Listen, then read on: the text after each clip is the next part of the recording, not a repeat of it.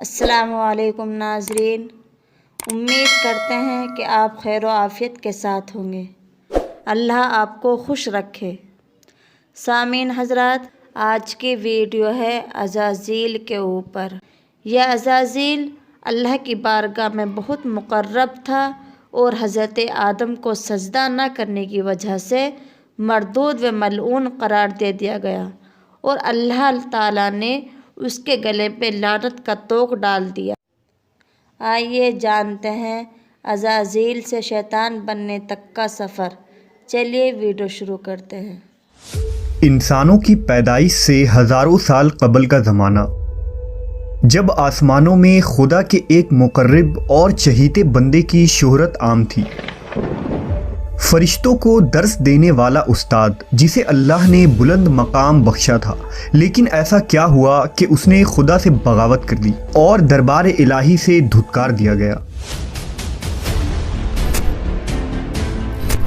حضرت آدم علیہ السلام کی پیدائش سے قبل آسمانوں پر دو قسم کے مخلوق رہتی تھی، ایک نوری اور دوسری ناری۔ نوری مخلوق نور سے پیدا کیے گئے تھے، جسے ملائکہ یا فرشتہ کہا جاتا ہے۔ یہ دن رات عبادت الہی میں مصروف رہا کرتے تھے اور ان کے یہاں نہ عورتیں ہوتی تھیں اور نہ ہی ان کی نسل چلتی تھی۔ دوسری مخلوق ناری یعنی جنات تھے، جو آگ سے پیدا کیے گئے ہیں۔ ان کی عورتیں بھی ہوتی تھیں اور ان کی نسل بھی خوب پھیلتی تھی۔ خدا نے انہیں اپنی حمد و ستائش کرنے کے لیے بنایا تھا۔ یہ سب اللہ کے آسمانی لشکر تھے۔ وہ اس مقصد کے لیے بنائے گئے تاکہ اپنے خالق و مالک کو جانیں، اس سے شادمان ہوں، ہمیشہ تک اس کی خدمت اور عبادت کریں۔ ایک مسلمان کے ایمان بالغیب کا تقاضا ہے کہ وہ ان تمام مخلوقات کے بارے میں جو کچھ قرآن و حدیث سے ثابت ہے اس پر بلا کسی کمی و بیشی اور شک کے ایمان لائے۔ انہی مخلوق میں ایک معزز ہستی عزازیل تھا۔ عزازیل کا مطلب ہے خدا کا عزیز۔ اسے اللہ نے دہکتے ہوئے آگ کے شعلوں سے پیدا کیا تھا۔ حضرت آدم علیہ السلام کی پیدائش سے 144,000 سال پہلے سموم جنات کی پیدائش ہوئی۔ یہ جنات کا بابائے آدم تھا۔ سموم جن کو زمین پر بھیج دیا گیا، جہاں 300 سال گزرنے کے بعد زمین پر اسے اپنی نسل کی جن مخالف ملی، جس سے اس نے شادی کر لی اور وقت گزرنے کے ساتھ کثیر تعداد میں اس کی اولادیں ہوئیں۔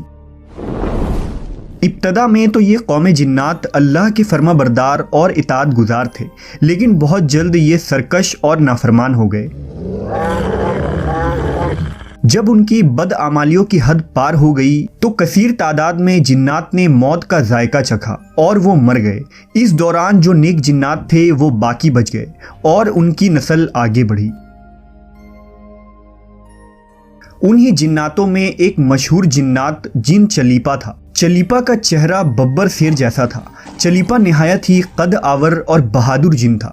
اس کی بیوی کا نام تبلیس تھا، جس کا چہرہ بھیڑیے کی مادہ کی طرح تھا۔ وہ اپنی شوہر کی طرح دلیر اور طاقتور جن تھی۔ اس کی تمام قوم پر اس نے اپنی دھاک بیٹھا رکھی تھی اور قوم کا بچہ بچہ چلیپا کا احترام کیا کرتا تھا۔ ان کے یہاں ایک بچے کی پیدائش ہوئی جس کا نام عزازیل تھا۔ عزازیل میں اپنے ماں اور باپ دونوں کی خصوصیات شامل تھی، یعنی وہ نہایت ہی سرکش، مکار، بہادر اور طاقتور تھا۔ روایتوں کے مطابق قوم جنات کو دنیا میں بسایا گیا اور یہ حضرت آدم کی پیدائش سے 50,000 سال قبل کا زمانہ تھا۔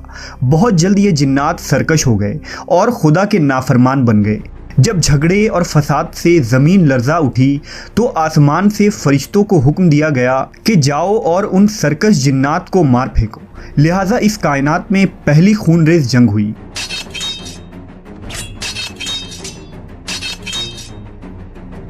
جس میں عزازیل کے ماں باپ یعنی چلیپا اور تبلیس نے بڑی بہادری سے جنگ کی، لیکن فرشتے ان پر غالب آ گئے۔ فرشتوں کا وار ان جناتوں پر اس طرح پڑتا کہ وہ اشک کھا کر گر پڑتے۔ اسی جنگ کے دوران عزازیل کے ماں باپ مارے گئے اور قوم جنات کے سرکش جنوں کو قیدی بنا لیا گیا۔ ان قیدیوں میں شہزادہ عزازیل بھی تھا۔ فرشتے جب اسے بارگاہ الہی میں لائے تو ان کو حکم ہوا کہ عزازیل کی بہترین تربیت کرو۔ چنانچہ فرشتوں نے عزازیل کی تربیت بہترین انداز سے کی۔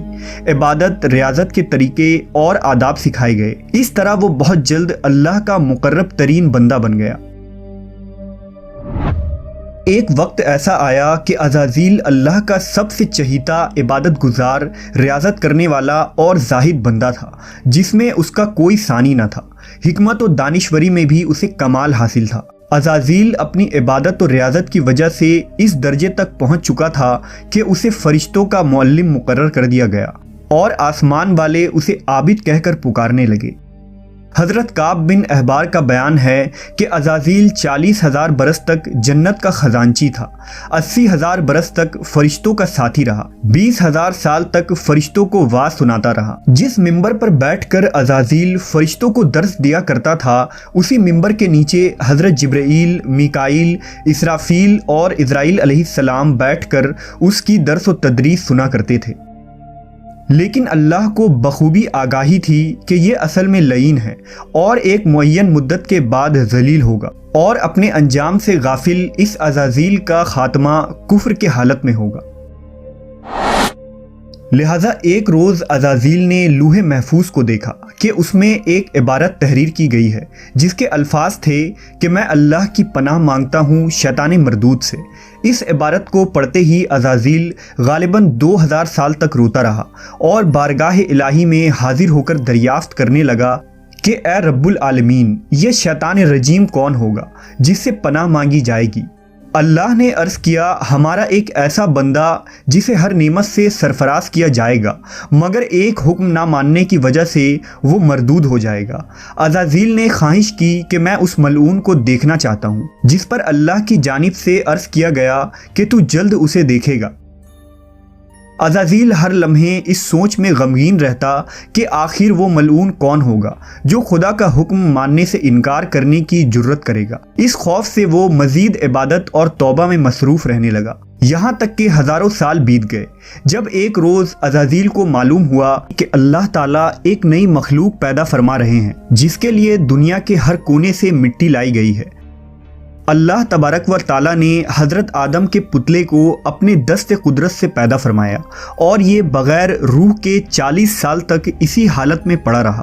فرشتے جب اس کے پاس سے گزرتے تو گھبرا جاتے، ان میں سب سے زیادہ گھبرانے والا ابلیس تھا۔ یہ اس کے پاس سے گزرتا تو اسے مارتا، جس کی وجہ سے اس جسم سے ایسی آواز نکلتی جیسے کھنکھناتی مٹی کی ٹھیکری سے نکلتی ہے۔ اور پھر وہ دن بھی آ گیا جب رب العالمین نے فرشتوں سے فرمایا کہ میں زمین پر اپنا ایک نائب بنانے لگا ہوں، وہ زمین پر میرے احکام کو نافذ کروائے گا۔ فرشتوں نے عرض کیا، اے پاک پروردگار، یہ زمین پر فساد برپا کریں گے اور یہ آپس میں خون ریزی کریں گے، جبکہ ہم تو دن رات آپ کی تسبیح کرتے رہتے ہیں اور آپ کی پاکی بیان کرتے ہیں۔ اللہ نے فرمایا، جو کچھ میں جانتا ہوں وہ تم نہیں جانتے۔ پھر اللہ نے حضرت آدم کو تمام چیزوں کے نام سکھا دیے اور انہیں فرشتوں کے سامنے پیش کرتے ہوئے فرمایا، اگر تم سچے ہو تو مجھے ان کے نام بتاؤ۔ انہوں نے کہا، تو پاک ہے، ہم تو اتنا ہی جانتے ہیں جتنا تو نے ہمیں بتایا ہے، بے شک تو بڑے علم و حکمت والا ہے۔ پھر اللہ نے فرمایا، اے آدم، ان چیزوں کے نام بتا دو۔ پھر حضرت آدم نے انہیں نام بتا دیے تو فرمایا، کیا میں نے تمہیں نہیں کہا تھا کہ میں آسمانوں اور زمین کی چھپی ہوئی چیزیں جانتا ہوں، اور جو تم ظاہر کرتے ہو اور جو تم چھپاتے ہو؟ پھر فرشتوں کو حکم دیا گیا کہ آدم کو سجدہ کرو، لہٰذا انہوں نے سجدہ کیا، مگر عزازیل نے سجدہ سے انکار کیا۔ اللہ نے فرمایا، تجھے سجدہ کرنے سے کس چیز نے منع کیا جبکہ میں نے تجھے حکم دیا؟ وہ کہنے لگا، میں اس سے بہتر ہوں کہ تو نے مجھے آگ سے بنایا اور اسے مٹی سے بنایا ہے۔ میں ایسا نہیں کہ اس انسان کو سجدہ کروں جسے تو نے سڑے ہوئے کھنکھناتے گارے سے پیدا کیا ہے۔ اللہ نے فرمایا، اب تو یہاں سے نکل جا، کیونکہ تو مردود ہو چکا ہے اور قیامت تک تجھ پر میری پھٹکار ہے۔ عزازیل نے کہا، اے میرے رب، مجھے روز محشر تک کی مہلت دے دے۔ فرمایا، جا، میں نے تجھے متعین وقت کے دن تک مہلت دے دی۔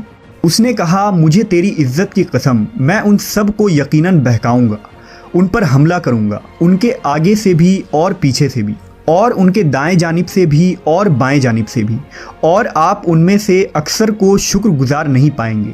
اللہ نے فرمایا، یہاں سے ذلیل و خوار ہو کر نکل جا، ان میں سے جو شخص تیرا کہنا مانے گا میں ان سب سے جہنم کو بھر دوں گا۔ اور یوں بارگاہ خداوندی سے دھتکارے جانے کے بعد عزازیل ابلیس بن گیا۔ اپنی غرور و تکبر اور رعونت کی بنا پر اس کی ہزاروں سال کی عبادت و ریاضت ضائع ہو گئی اور اسے عرش سے فرش پر پٹک دیا گیا۔ اسلام کے علاوہ دوسرے مذہبی کتابوں اور عقیدوں میں بھی ابلیس یا عزازیل کا ذکر ملتا ہے۔ یونانی کتابوں میں اسے اپولین اور کتاب مقدس میں لوسیفر یا سیٹن کہا گیا ہے۔ زمانہ قدیم سے ہی ایک منفرد مذہب اور گروہ اس شیطان یا لوسیفر کی پوجا کرتے آ رہے ہیں، جن کا ماننا یہ ہے کہ خدا سے لوسیفر کا بغاوت کرنا بالکل درست تھا۔ وہ عزازیل کو ایک عظیم قوت قرار دے کر خدا کی مخالف میں کھڑا کرتے ہیں اور شیطان کی عبادت کرتے ہیں۔ اس مذہب کے ماننے والوں کو سیٹنسٹ کہا جاتا ہے۔ روایتوں کے مطابق ابلیس کی موت کا وقت اسرافیل کے پہلے اور دوسرے سور پھونکنے کے درمیان کا وقت ہے، جب اسے دی گئی مہلت پوری ہو چکی ہوگی اور وہ ذلیل و خوار ہو جائے گا۔ قرآن مجید کے مطابق روز حشر خدا کے فیصلے کے بعد ابلیس اپنے پیروکاروں سے اعلان برات کرتے ہوئے کہے گا کہ تم اپنے گناہوں کے خود ذمہ دار ہو۔ نیز وہ کہے گا کہ خدا نے تمہیں سچا وعدہ دیا تھا اور میں نے جو وعدہ تمہیں دیا تھا میں اس کی مخالفت کرتا ہوں۔ مجھے تم پر کسی قسم کا کوئی تسلط حاصل نہیں تھا سوائے اس کے کہ میں نے تمہیں بلایا اور تم نے میری پکار پر لبیک کہا۔ بس مجھے ملامت نہ کرو، اپنے آپ کو ملامت کرو۔ اب میں تمہارا فریاد رس نہیں ہوں اور نہ تم میری فریاد رس ہو سکتے ہو۔ عزازیل کا حضرت آدم علیہ السلام کو سجدے سے انکار کا جذبہ حسد تھا، جس نے اسے مجبور کیا کہ میری جگہ آدم کو کیوں مل گئی۔ یہ اس کا جذبہ تکبر اور غرور تھا کہ میں سب سے اعلیٰ ہوں۔ یہ صرف اس ایک سجدے کے انکار کی بات نہیں تھی، بات اطاعت سے سرکشی کی تھی۔ ابلیس نے دل میں خود کو رب مان لیا تھا۔ اس شرک عظیم کے نتیجے میں ابلیس تا قیامت رسوا اور لعنتی ٹھہرا اور اولاد آدم کو بھٹکانے کے لیے آزاد قرار پایا۔